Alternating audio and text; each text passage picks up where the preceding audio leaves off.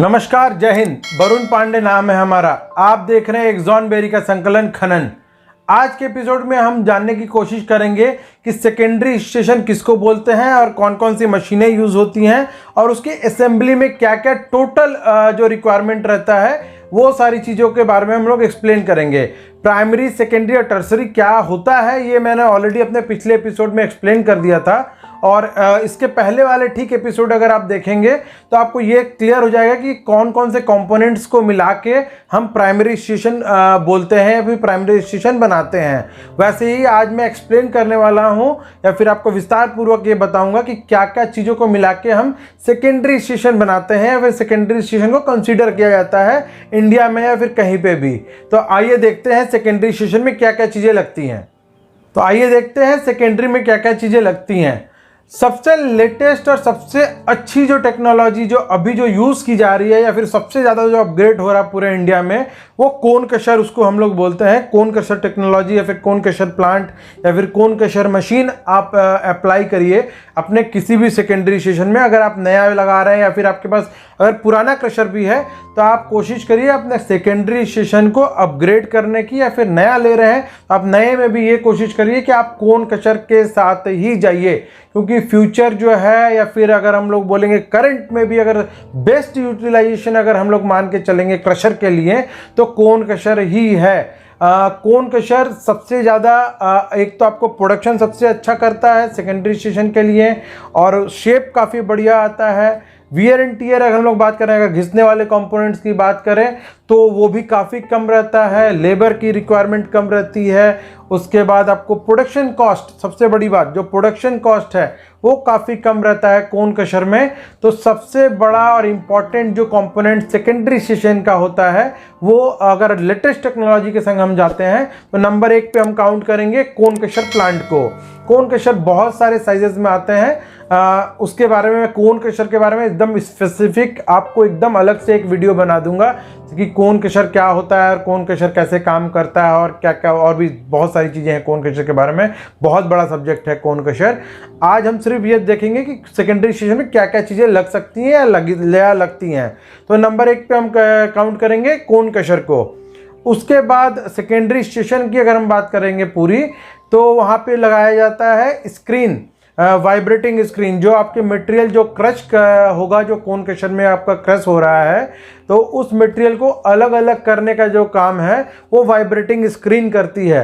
Screen में अलग अलग डेस्क होते हैं जिससे ये निर्धारित किया जाता है कि किस किस साइज़ का आपको पत्थर चाहिए और आपके यहाँ पे जो जो प्रोडक्ट चल रहा होगा उस हिसाब से उसमें वायर मेश या फिर पंचिंग प्लेट लगे होते हैं, जाके आपका मटेरियल जो है वो अलग अलग फैलावट में, अलग अलग स्टॉक में या फिर अलग अलग जगहों पे उसको स्टोर कर सकें आप, ताकि उसको फिर आगे आप सेल कर सकें। तो उसके बाद आपको आता है वाइब्रेटिंग स्क्रीन नंबर 2 पे। उसके अलावा सेकेंडरी स्टेशन में आपको और बहुत सारी चीज़ें लगती हैं।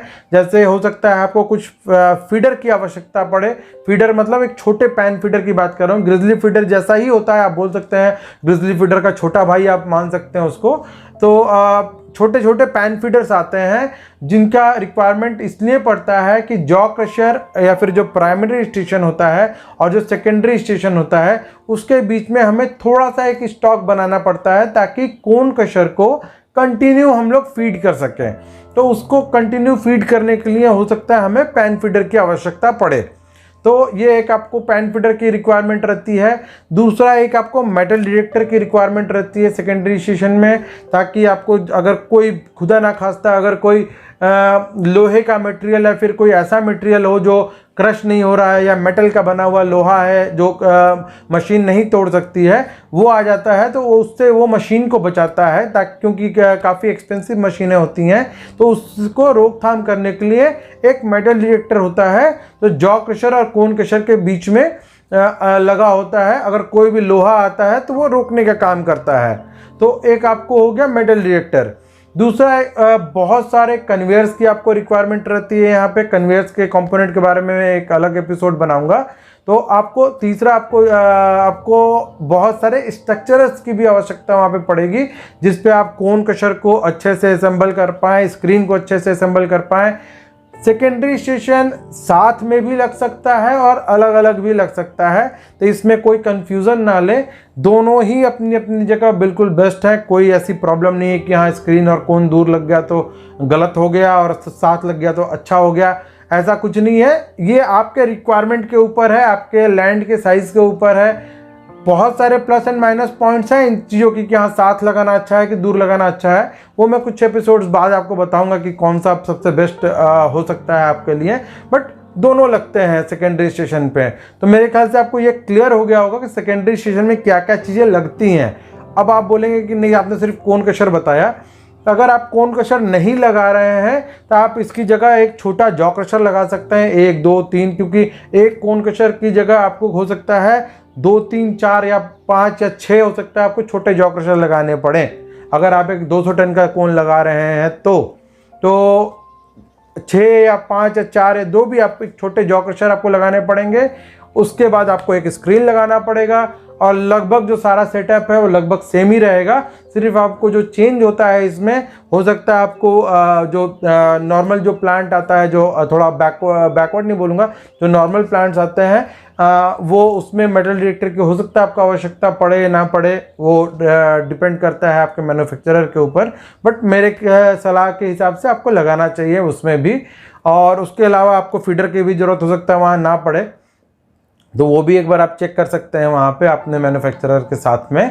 तो बेसिकली मेन यही चेंज रहेगा कि आपको कोन कशर जो रहेगा वो चेंज हो जाएगा सेकेंडरी स्टेशन में। उसकी जगह आपको छोटे जॉ क्रशर या फिर ग्रेनुलेटर आप लगा सकते हैं। तो ये हो गया पूरी असेंबली जो सेकेंडरी स्टेशन में होती है। नंबर 1 आपको हो गया कोन क्रशर या फिर छोटा जॉ क्रशर। स्क्रीन हमें दोनों में लगाना पड़ेगा। फीडर मेरे तरफ से रिकमेंड है कि आप दोनों में लगाइए।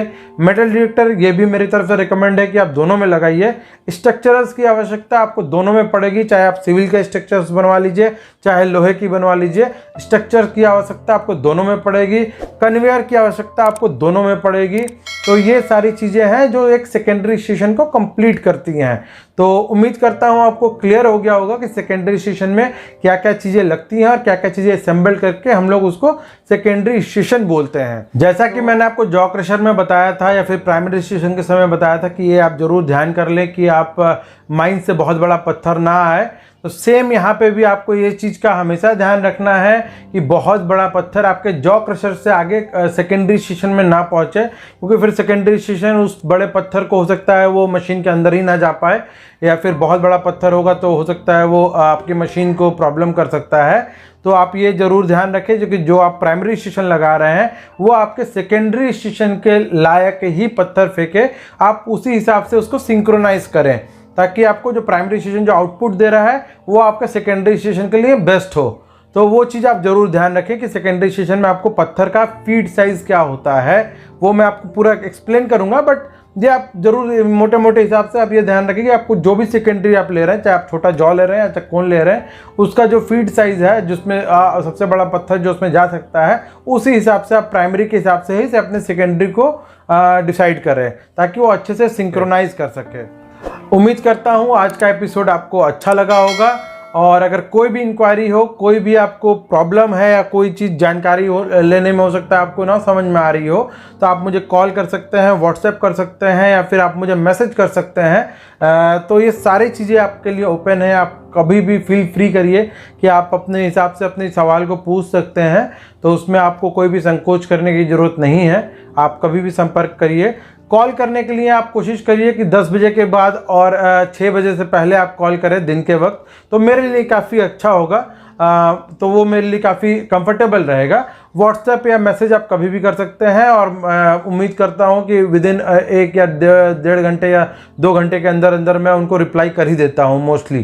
तो उम्मीद करता हूँ आज का एपिसोड अच्छा लगा होगा। आप देख रहे हैं एक्सॉन बेरी का संकलन खनन। मेरा नाम है वरुण पांडे। जय हिंद, जय भारत, नमस्कार।